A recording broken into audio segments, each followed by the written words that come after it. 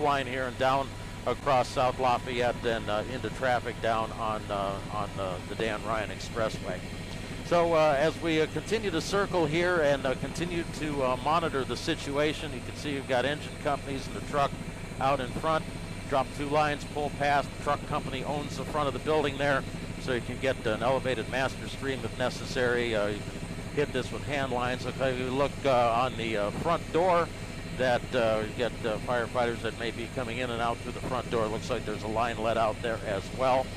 And I'm looking at this in real time as those of you at home are looking in real time. We do have the ground ladder that provided access to the roof here as we come around, getting a little bit of smoke in front of the camera now.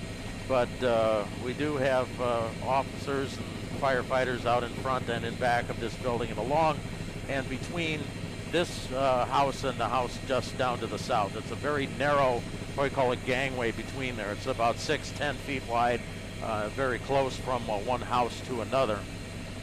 So we continue to have, the smoke seems to be just a little bit less vigorous right now, a little bit more lazy of a push.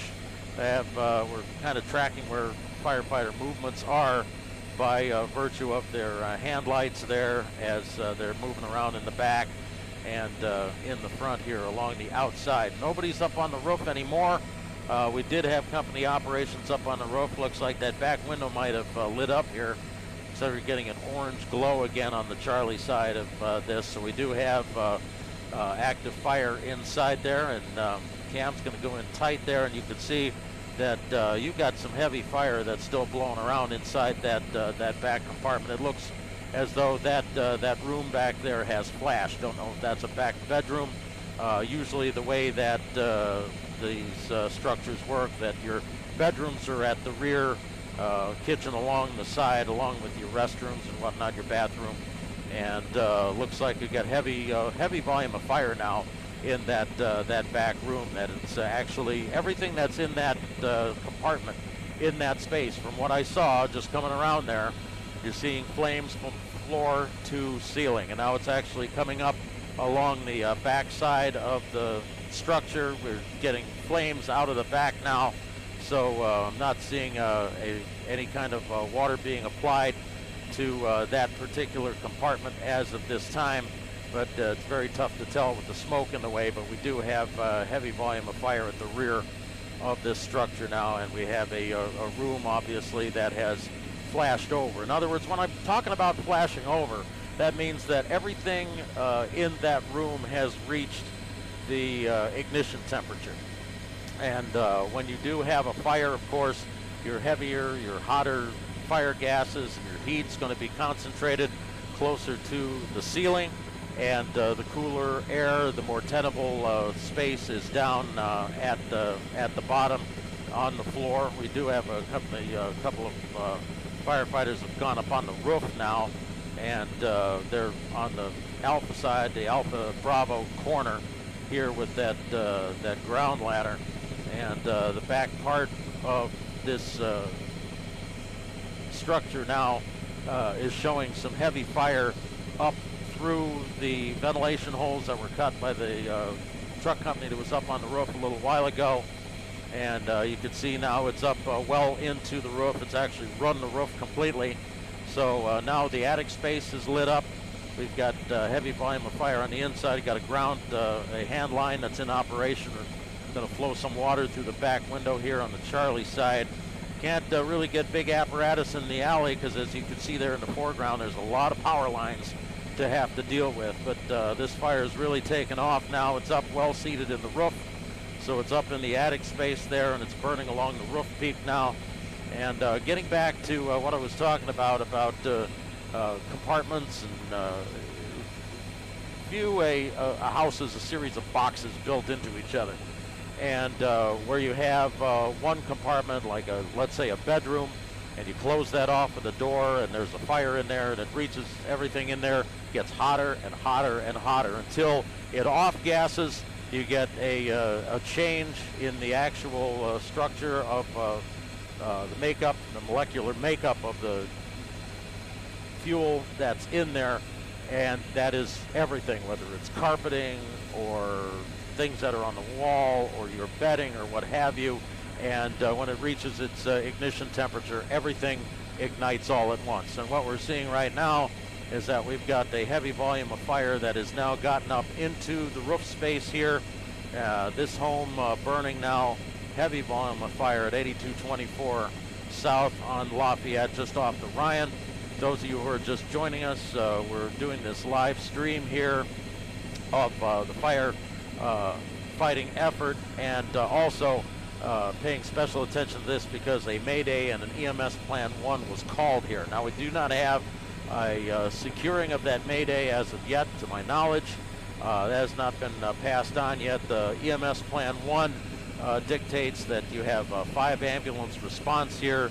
When we arrived on the scene between about 5:15, 5:30 tonight, we had companies working up on the roof here, a single family home, single story with a relatively low peak roof.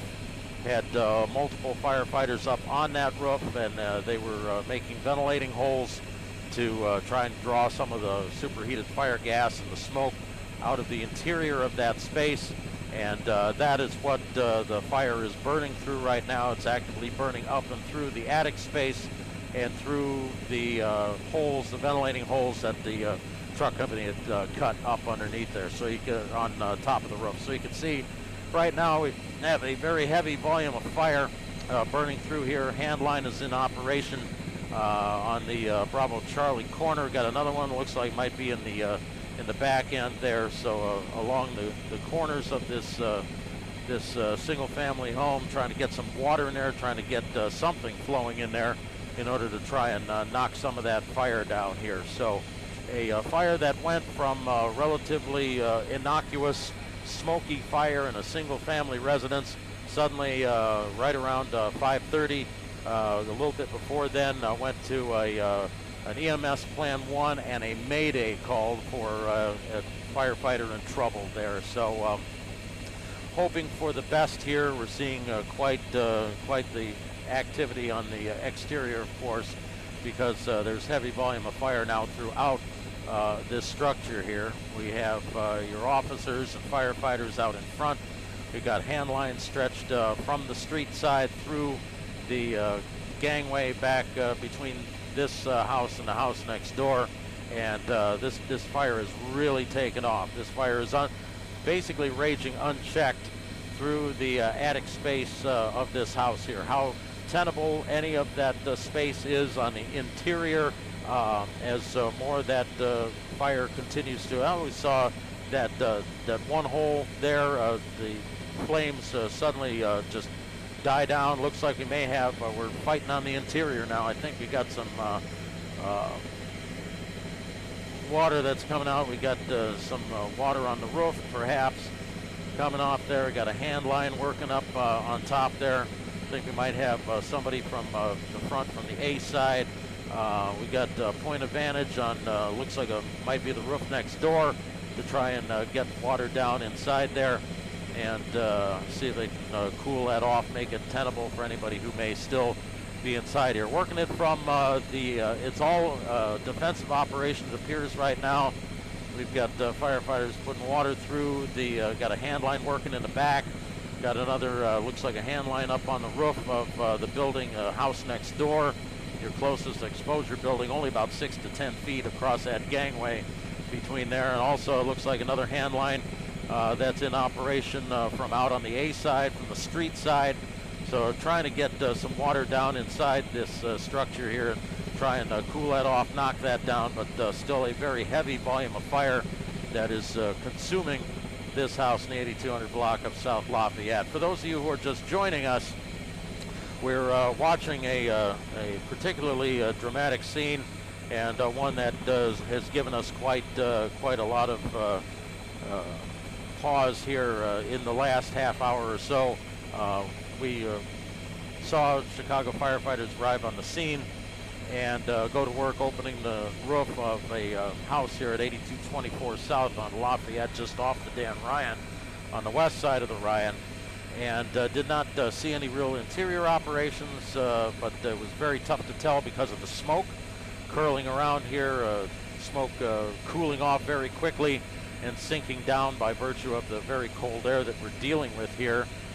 Things looked like they were going pretty good. Had companies up on the roof, cut a couple of vent holes up near the roof peak there. You can see one of those that is still lit up, and things look to be on their way to being under control. Then right before 5:30, there was a Mayday called, and EMS Plan 1, and don't have any details on exactly what that is comprised of, why the Mayday was called, who got in trouble and whether inside or outside the structure. Did somebody fall? Was somebody trapped? Don't know that yet.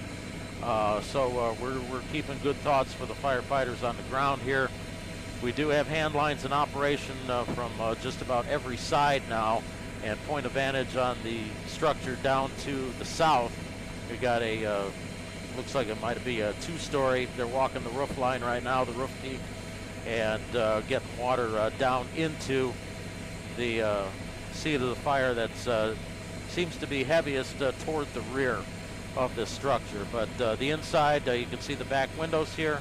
On the alley side, the Charlie side of this structure, those are all lit up.